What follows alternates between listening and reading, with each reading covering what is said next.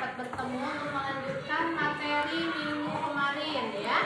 Untuk hari ini, siapa teman kalian yang tidak bisa hadir? Hadir semua.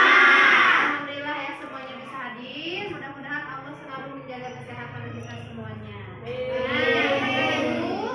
Untuk hari ini, agar pelajaran kita semakin bermakna, maka kita semua bersama-sama membaca doa. Berdoa akan dipimpin oleh Guntur, silakan.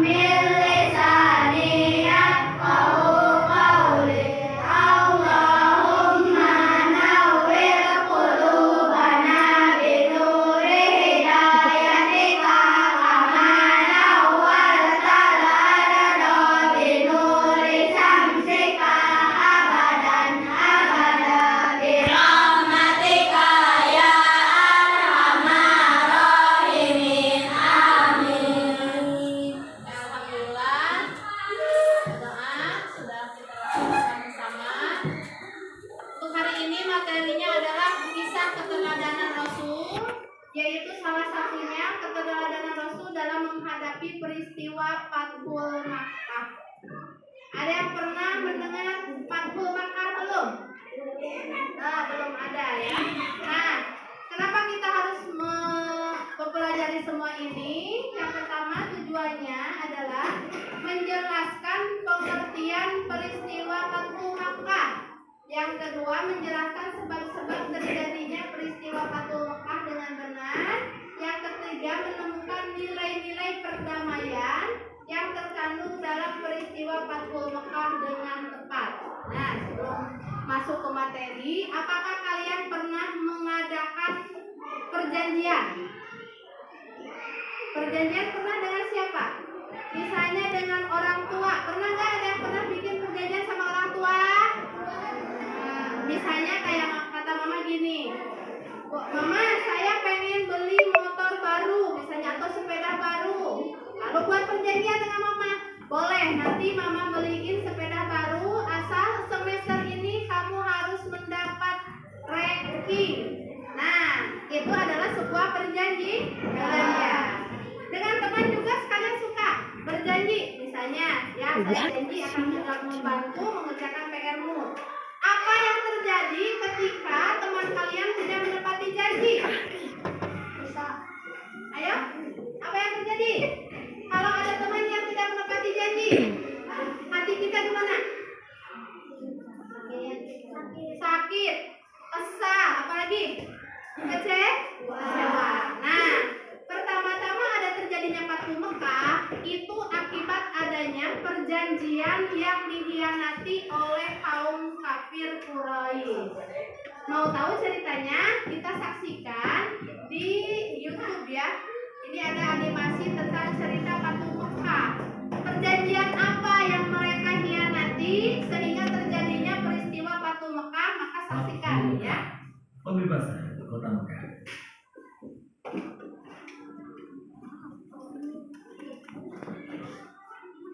Awal bulan Zulqa'dah tahun ke-6 Hijriah, Nabi Muhammad bersama 1.400 sahabatnya berjumpa di Mekah dalam rangka menjalankan ibadah umrah. Rombongan besar tersebut membawa 70 ekor unta sebagai hewan kurban. Para sahabat Nabi sangat antusias mengikuti perjalanan ke Mekah, terutama kaum muhajirin yang telah lama meninggalkan kota kelahirannya. Namun, perjalanan mereka terhenti di wilayah Hudaybiyah, 22 km arah barat kota Mekah. Di Hudaybiyah, beberapa orang Quraisy bertanya tentang keperluan rombongan Nabi datang ke Mekah. Utusan Nabi Muhammad menjelaskan bahwa kedatangan mereka bukan dalam rangka penyerbuan, tetapi untuk menjalankan ibadah umrah, menyembelih kurban, dan setelah itu kembali ke Madinah. Namun, orang-orang Quraisy tetap bersikeras menolak kedatangan Nabi Muhammad dan para sahabatnya. Melihat penolakan orang-orang Quraisy, Nabi Muhammad mengutus Utsman bin Affan menemui para pemimpin Mekah dan menjelaskan tujuan kedatangan mereka. Utsman bin Affan diperlakukan dengan baik oleh para pemimpin Mekah. Bahkan, para pemimpin Mekah mengizinkan Utsman untuk melakukan tawaf di Ka'bah. Tapi tanpa Nabi Muhammad dan para sahabatnya, Utsman menolak tawaran tersebut. Para pemimpin Mekah tetap menolak kedatangan Nabi Muhammad dan para sahabatnya. Oleh karena itu, dilakukan perundingan antara kaum muslim dan Quraisy Mekah. Nabi Muhammad memimpin langsung delegasi kaum muslim, sedangkan delegasi kaum Quraisy dipimpin oleh diplomat senior mereka, Suhail bin Amr. Perundingan yang berjalan alot tersebut akhirnya menghasilkan beberapa kesepakatan yang isinya: pertama, gencatan senjata antara kaum muslim dan Quraisy Mekah selama 10 tahun. Tidak akan ada tindakan buruk maupun permusuhan dari kedua belah pihak.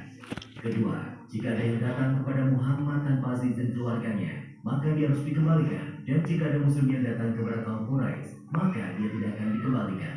Ketiga, dibebaskan kepada seluruh klan yang ada di Arab untuk menjalin kerjasama kepada kaum muslim maupun kaum Quraisy. Keempat, pada tahun tersebut, rombongan kaum muslim belum diperbolehkan memasuki Mekah. Pada tahun berikutnya, kaum muslim baru diizinkan masuk Mekah selama 3 hari dan hanya boleh bersenjatakan pedang tanpa diurus. Kelima, perjanjian antara kaum muslim dan Quraisy Mekah didasari ketulusan dan kesediaan untuk melaksanakannya tanpa penipuan dan penyelewengan.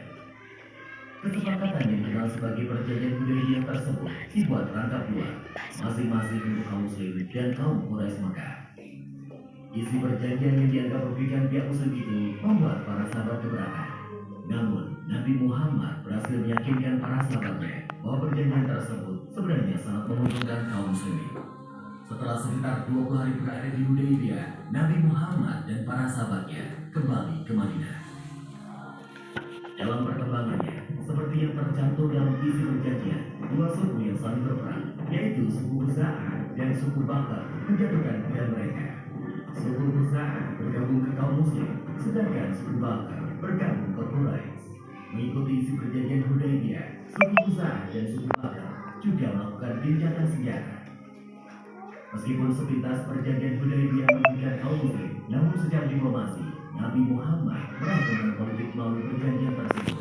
Kaum muslim diakui eksistensinya dan Islam diakui sebagai agama resmi di Jazirah Arab. Selain itu, kaum Quraisy Mekah juga mengakui Madinah sebagai sebuah negara. Perjanjian Hudaybiyah ternyata tidak berjalan sebagaimana mestinya. Ketika pihak Quraisy melakukan pelanggaran, suku Bakar melakukan penyergapan terhadap suku Khuza'ah di sebuah oasis. Penyergapan tersebut dibantu oleh Quraisy Mekah. Pelanggaran perjanjian Hudaybiyah membuat Nabi Muhammad dan para sahabatnya mengambil keputusan penting menyerbu Mekah. Sedangkan di Mekah, para pemimpin Quraisy yang menyadari pihaknya telah melakukan pelanggaran mengirim Abu Sufyan ke Madinah untuk melakukan diplomasi. Di Madinah, Abu Sufyan menemui Nabi Muhammad dan memberikan penjelasan panjang lebar. Namun, Nabi Muhammad tidak menghiraukan Abu Sufyan. Selain bertemu Nabi Muhammad, Abu Sufyan sempat menemui Abu Bakar, Umar bin Khattab, dan Ali bin Abi Thalib. Namun, tetap saja Abu Sufyan gagal menemukan jalan keluar. Didera putus asa, Abu Sufyan pun kembali ke Mekah. Setelah bertahun-tahun, jumlah pengikut Nabi Muhammad semakin besar. Kali ini, 10.000 pasukan muslim dengan persenjataan lengkap telah bersiap menuju Mekah. Para panjang 10.000 pasukan muslim memulai perjalanan ke Mekah. Kali ini, pasukan muslim akan melaksanakan misi yang sangat menentukan, yaitu Fathu Mekah atau pembebasan kota Mekah dari tangan kaum Quraisy. Para pemimpin Mekah sama sekali tidak menduga kekuatan pasukan Nabi Muhammad. Nabi Muhammad membagi 3 pasukannya melewati jalan yang berbeda, sehingga musuh tidak bisa memperkirakan dengan tepat jumlah pasukan muslim. Ketika pasukan muslim memasuki Mekah, kaum Quraisy hanya bisa pasrah karena tidak mungkin melawan kekuatan sebesar itu. Abu Sufyan dan para pemimpin Mekah lainnya menyerah kepada Nabi Muhammad. Setelah menguasai Mekah tanpa pertumpahan darah, Nabi Muhammad mengambil keputusan yang tidak terduga dan tidak sesuai dengan tradisi bangsa Arab. Nabi Muhammad memerintahkan para pemimpin pasukannya mengucapkan Al-Yaum, Yaum Al-Marhamah, yang artinya adalah hari ini hari kasih sayang. Nabi Muhammad mengambil semua penduduk Mekah dan melarang pasukannya melakukan pertumpahan darah. Hari itu, 17 Ramadan tahun ke-8 Hijriah, Mekah berhasil dibebaskan dari kekuasaan kaum Quraisy Mekah.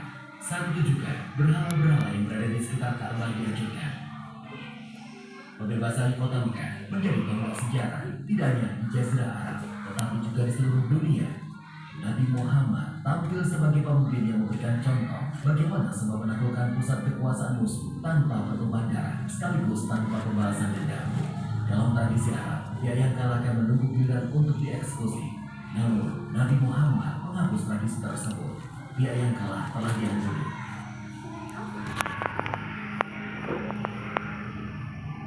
Setelah Ka'bah dibersihkan dari berbagai jenis berhala, Bilal pun diperintahkan Nabi untuk memandangkan azan.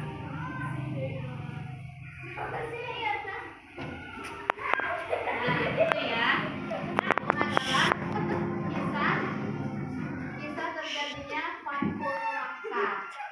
Sudah kalian menyaksikan perjanjian apa yang dilanggar oleh kaum Quraisy Mekah? Hudaybiyah. Ya. Kalian sudah mengetahui bagaimana Nabi ditolak di Mekah. Nabi dilarang menemui saudara-saudara di Mekah. Nabi dilarang untuk melaksanakan ibadah haji ataupun umroh bersama sahabat-sahabatnya di Mekah. Dan sehingga Nabi mengadakan perjanjian Hudaybiyah tersebut yang ada 4 poinnya itu. Kalian sudah mengetahui ya. Jadi karena kaum kafir Quraisy tidak melaksanakan perjanjian sehingga terjadi pertumpahan darah antara dua suku, maka Rasul melakukan penyerangan dengan 10.000 pasukan dari Madinah untuk merebut kembali kota Mekah. Dan alhamdulillah karena kasih rahmatan lil alaminnya Rasul, tanpa pertumpahan darah kota Mekah kembali bisa direbut oleh kaum muslim. Sampai sekarang kita bisa melaksanakan ibadah haji, ibadah umroh ke Mekah dengan tenang tanpa ada yang melarang. Itu garis besarnya dari kejadian Fathul Mekah. Ya, apa kalian sudah memahaminya? Kejadiannya sudah ada. Dari Madinah ke Mekah, Nabi membuat satu taktik perang dengan menyebarkan pasukannya ke beberapa penjuru ya, sampai 3 gitu. Sampai kota Mekah terkepung semuanya oleh pasukan muslim yang maju pesat di Madinah. Kan alasan Nabi hijrah ke Madinah dari Mekah itu kenapa? Karena dakwah Nabi tidak berkembang di Mekah, sehingga beliau pergi ke Madinah untuk mengembangkan agama Islam dan di Madinah berhasil ya.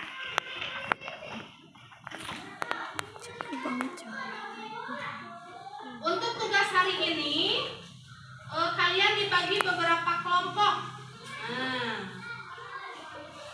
Beberapa kelompok ini sudah ada kelompok-kelompoknya. Beberapa kelompok kalian harus membuka di buku tugas, di buku pelajaran agama Islam yang halaman 110, yaitu kisah istimewa Fathul Mekah. Kalian baca kembali dan setiap kelompok mempunyai tugas untuk merangkum, meneliti. Setiap kelompok, ini kelompoknya 1, 2, 3, 4. 1, 2, 3, 4 kelompoknya sama perempuan juga dibagi 3 kelompok. Untuk mengerjakan tugas ini baca dulu halaman 110 sampai 114.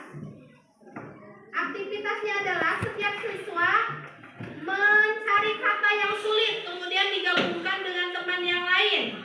Yang kedua, masing-masing siswa menuliskan 1 nilai akhlak terpuji yang Rasulullah ajarkan dalam peristiwa Fathul Makkah, kemudian gabungkan dengan teman-teman yang lain. Yang ketiga, diskusikan dengan teman-teman. Jadi halaman 115 aktivitasku itu tugasnya. Coba kalian Itu toh.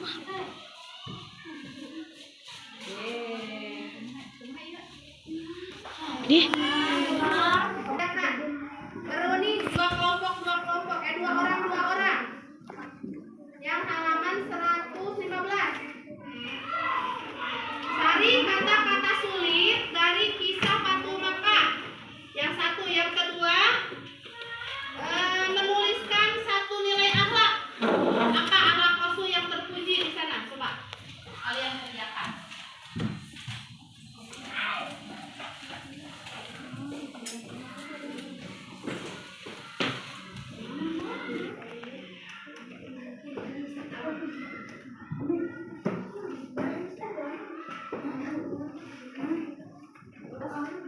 Kau kerjakan.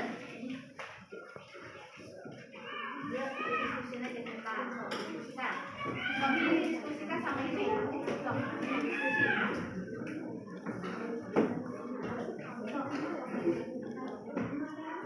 Katanya dulu, kata-kata. Coba diskusikan. Ini diskusi sama ini. Ya, dua orang ya. Nanti ke depan tugas kalian membacakan hasil diskusi kalian.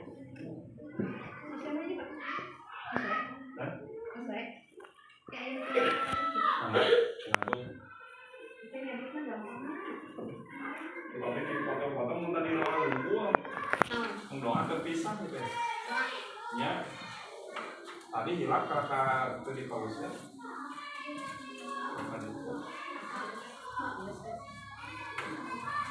Kami ada aplikasi.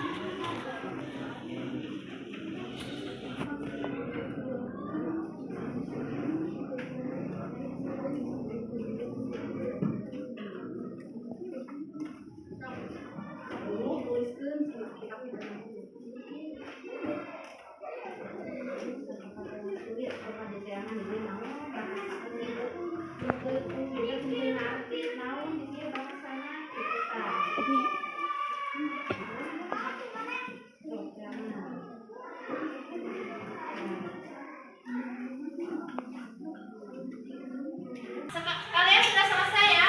Kelompok siapa yang akan membacakan hasil diskusinya? Angkat tangan. Ya silakan, Rianti ke depan.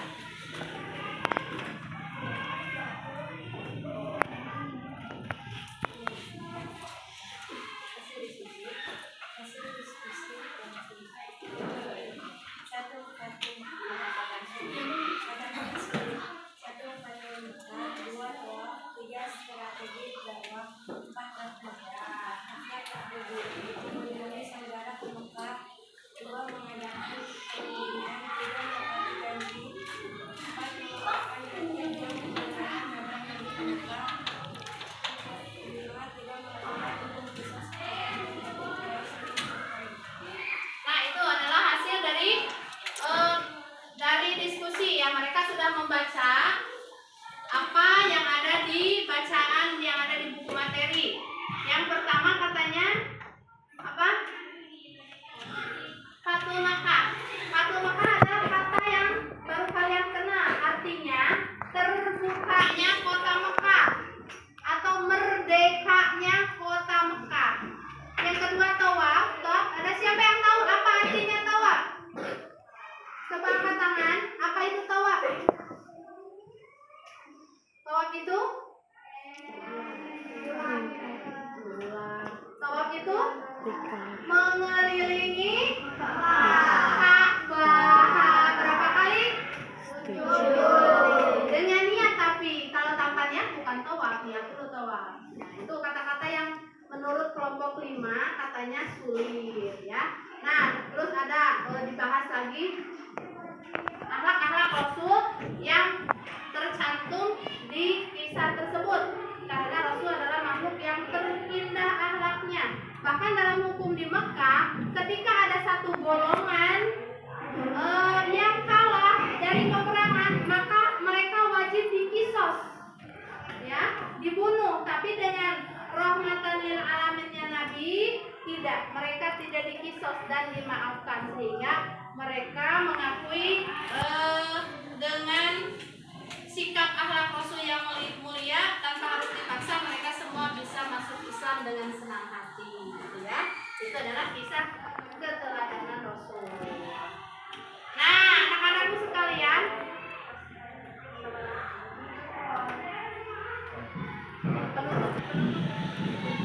untuk penutup hari ini kita semua sudah membahasnya. Yang dapat kalian pelajari hari ini adalah kisah terbukanya kota Mekah adalah kebaharuan bagi umat Islam semuanya, karena umat Islam waktu dulu dilarang bunga haji. Tapi dengan adanya Fathu Mekah kita bebas bisa melaksanakan haji dan umroh dengan adanya Rasulullah SAW yang telah memperjuangkan umatnya. Ya, itu. Jadi apa yang kalian pelajari hari ini, nanti kalau ditanya kapan mulanya manusia semua umat Islam bisa kembali merebut kota Mekah adalah ketika kejadian tersebut, ya.